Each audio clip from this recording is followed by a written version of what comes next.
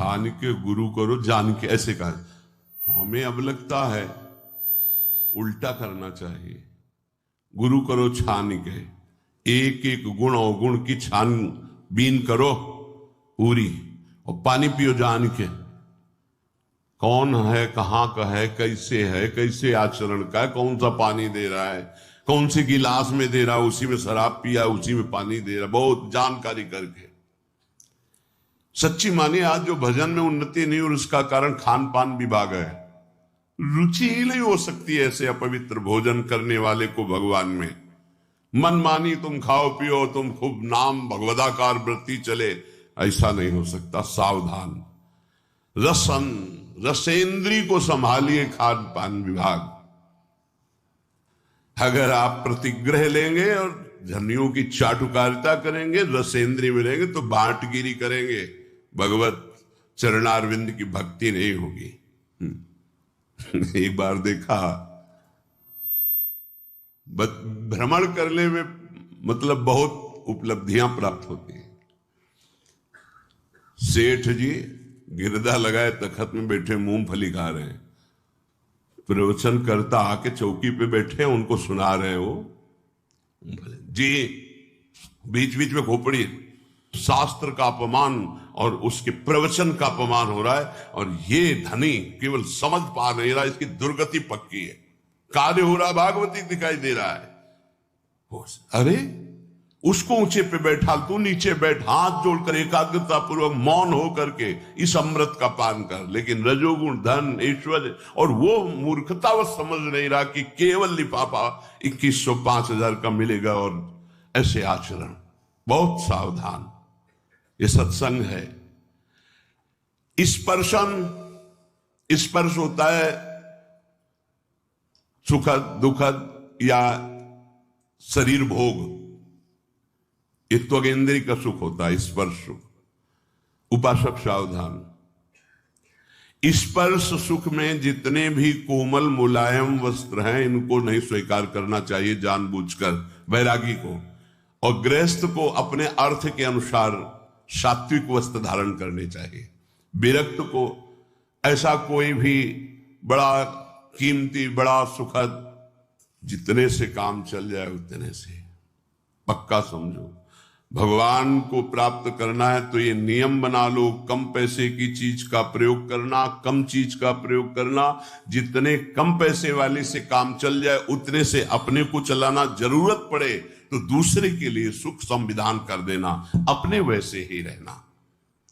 स्पर्श सुख गृहस्थ में धर्म मर्यादा के अनुसार, विरक्त में पूरी लक्ष्मण रेखा के है। ये सुख सुविधाएं शरीर को कमजोर कर देती है, ध्यान रखना। जितना आप सुख सुविधा लोगे उतने कमजोर होते जाओगे।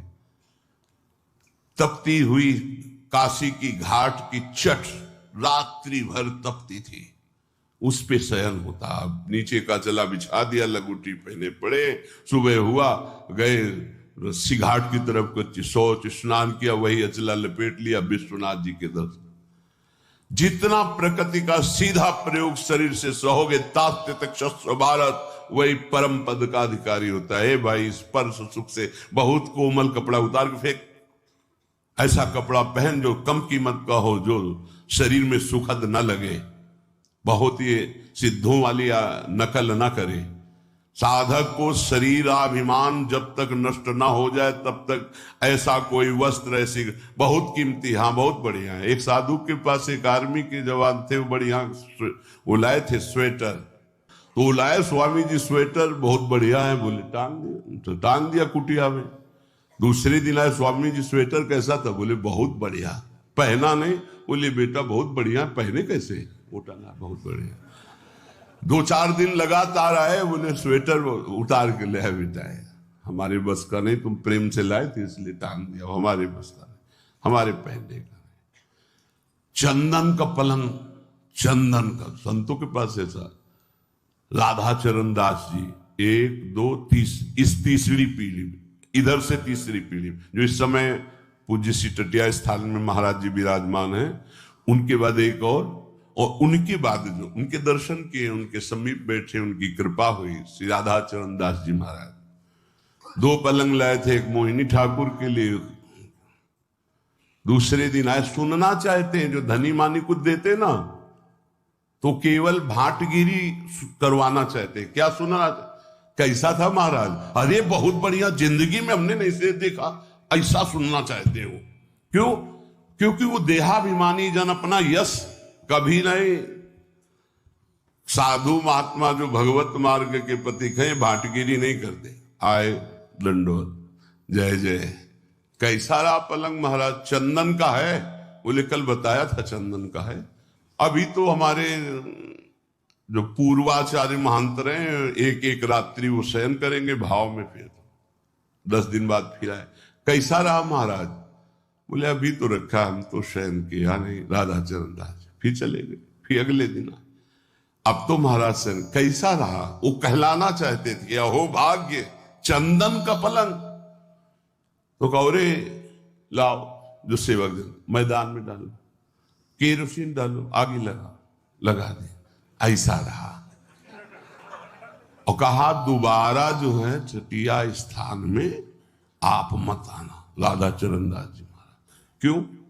ये संतों की रहनी। एक बार कोई बहुत बड़ी नृत्यांगना जो है गए, परिचय दिया गया कि अमुक हैं, बॉलीवुड में भी और ऐसे यहां के भी ऐसे। तो बोले नाचना चाहती हैं। तो बोले जानते हो किनकी सभा है? ये ललिता सखी की सभा है, जहां बिहारी बिहारी जी नाचते। चल तुम्हारा कौन नाच देखेगा, जाओ यहां से। ऐसे भगा दिया। जो इस समय संसारी पुरुष जो है ना, साधुओं की भावना को नहीं समझते। यहां जब तक आप नाम जप नहीं करोगे, दैन्य नहीं होगे, तब तक आप श्री जी के सामने गा नहीं सकते। यहां जो गायन बजायन, अगर आप एक पद गा लिए हो ना, तो महारानी जी की बड़ी कृपा है। श्री जी का नाम नहीं, गुण नहीं चल, ये नहीं। तो यहां स्पर्शन, श्रवणेन्द्री, रसेंद्री, ये बहुत ध्यान देने योग्य बात है कि अपने को अपनी महारानी जू, अपने लाल जू, बस दूसरी चर्चा नहीं। जो दैन्य होके आया और रोवा वहां, तो हमने देखा यहां पास हो गया।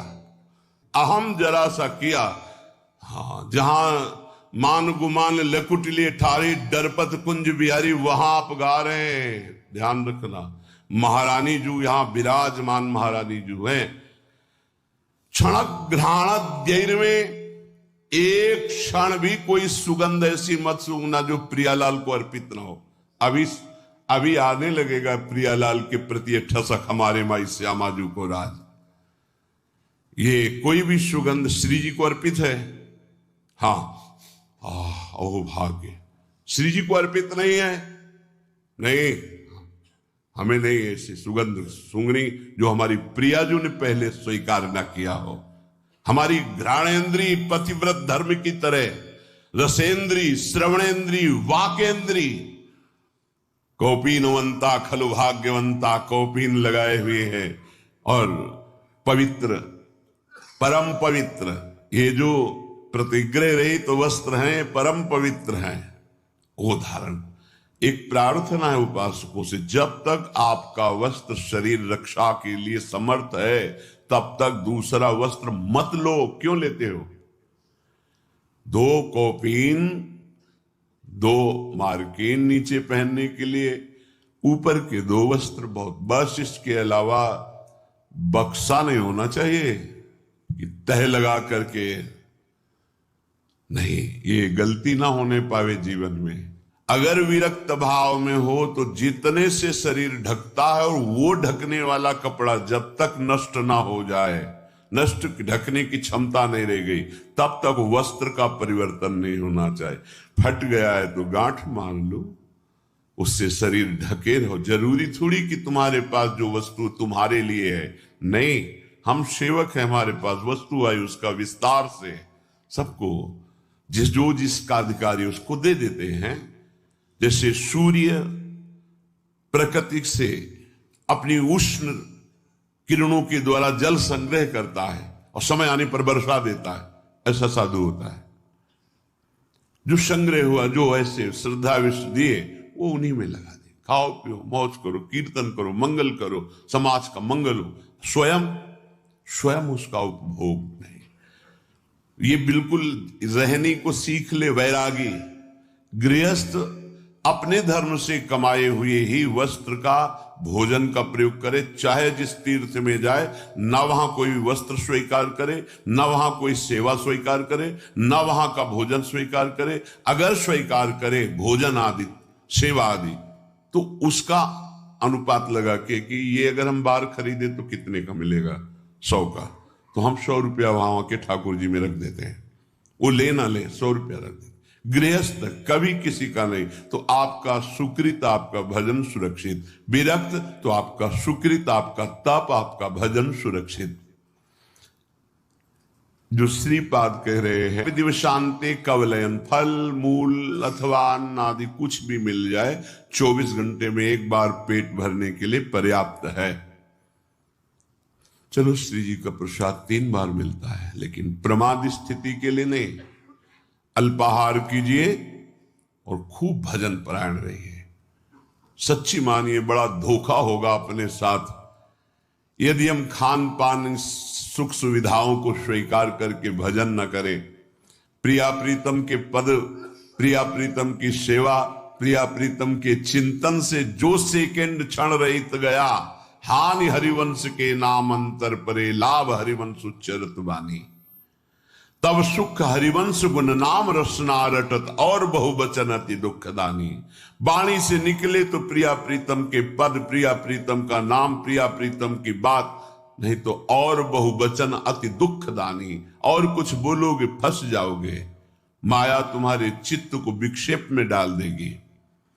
फलम व मूलम व किमपि दिवशांते कवलयन। सुन लो, स्थिति से चलना। बोले बंद आज से, अब 10-5 दिन समय के केवल पाएंगे, और शाम के इतना पाएंगे कि सुबह दोपहर शाम अगर तीनों पाते थे उससे ज्यादा, तो भी भजन नहीं होगा।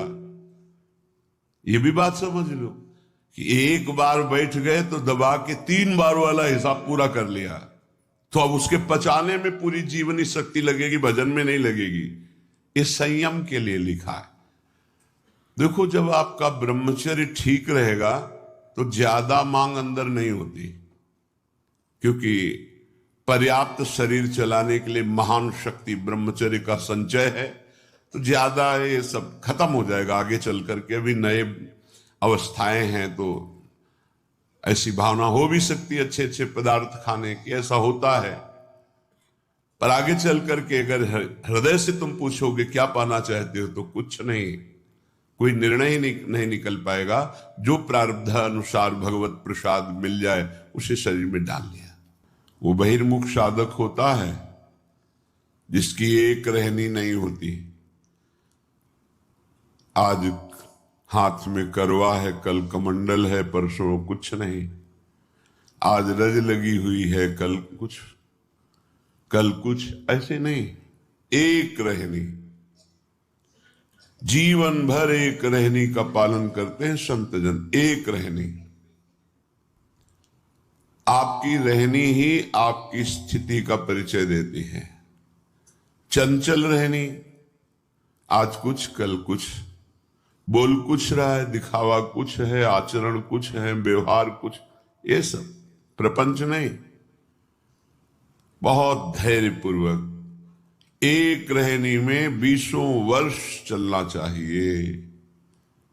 ये बहुत ध्यान से सुन ले। आज ऐसे रंग का कपड़ा, कल वैसे रंग का कपड़ा, आज दिगंबर हो रहे हैं, आज लंगोटी की ओर लगी है, कल ऐसा कर, ये सब नहीं। एक रहनी, महापुरुषों की एक रहनी देखी गई है। फिर वो जो स्थिति आती है वो बात अलग होती। स्थिति का नाटक करना और स्थिति आने में बड़ा अंतर होता है। नाटक ही रहता है, स्थिति रहती है। श्रीपाद कह रहे हैं इसे नाटक में ना उतारा जाए, इसे स्थिति में लिया जाए। क्या कह रहे? जरत कंथा में काम दधदपि च कौपी न मनुष्यम। केवल एक लंगोटी शरीर में है, और ऊपर से फटे पुराने कपड़ों को घूरे में से बीन चिनगटा रक्षा कीजे सीतिन, ऐसे बसिए ब्रज बीथिन। जो फेंक दिए गए हैं वस्त्र उनको उठा लिया और उनको गांठ लगा ली गई या सिल लिया गया, उसे कंथा कहते हैं। जो वस्त्र त्याग दिए हैं, जिन पर किसी का अधिकार नहीं है, वो प्रतिग्रह नहीं होता, उसे उठा लिया, यमुना में धो लिया, गांठें लगा ली, शरीर को ढक लिया। पहले ऐसा ही था, क्योंकि यहां आधुनिकता नहीं थी, बहुत मुश्किल होता था उदर भरना, वो ब्रजवासियों की टूक से ही होता था। एक शरीर में लंगोटी और जो त्याग दिए गए हैं ऐसे वस्त्रों का संग्रह करके ग्रंथि लगाकर या शिल करके और उसको शरीर में धारण करना। जरत कंथा में काम दधदपि च कौपी न मनुष्यम। एकमात्र उन पुराने कपड़ों की कंथा जो जोड़कर बनाई गई, और कौपी नवंता खलु भाग्यवंता, भगवान शंकराचार्य जी ने भी कहा है, एक कौपीन केवल शरीर में, कौपी नवंता खलु भाग्य, दिखावे के लिए ना करें, प्रार्थना करते हैं, क्योंकि वैराग्य की बात सुन करके तत्काल वैराग्य धारण करना और फिर 4 दिन के बाद बदल जाना, ये ठीक नहीं होता। बहुत सोच समझ करके एक रहनी पकड़े, जो गुरु प्रदत्त रहनी है वैसे ही आजीवन निर्वाह करे। अगर एक रहने में नहीं रहोगे तो स्थिति नहीं आएगी। कभी सब कपड़े उतार दिए, कभी ऐसा पहन लिया, कभी टाट लगा लिया, कभी लंगोटी केवल है, कभी ये सब नहीं। एक रहनी गुरु प्रदत्त, गुरु ने आपको क्या दिया वैसे ही। जैसे एक रहनी में हमने देखा है बड़े महापुरुषों को। स्वामी श्री अनंग बोधाश्रम जी महाराज का सन्यास हुआ, तो सन्यास होता है दिगंबर करके, कोई वस्त्र शरीर में नहीं। गंगा जी में इतना बड़ा ही करुण प्रसंग होता है उस समय, इतना गंगा जी में खड़े करके गुरु पूछते हैं तुम्हारा कौन, ऐसे वो खड़ा होता है सन्यास, नारायण के सिवा कोई नहीं। 3 बार नारायण के सिवा कोई नहीं, कि धिक्कार है यदि नारायण के सिवा किसी को स्वीकार करे। जब 1, 2, 3 बार गुरु के सामने कह दिया भगवान के सिवा कोई नहीं, निकलो बाहर। फिर उनको सन्यास पद्धति, फिर कहते हैं कौपीन।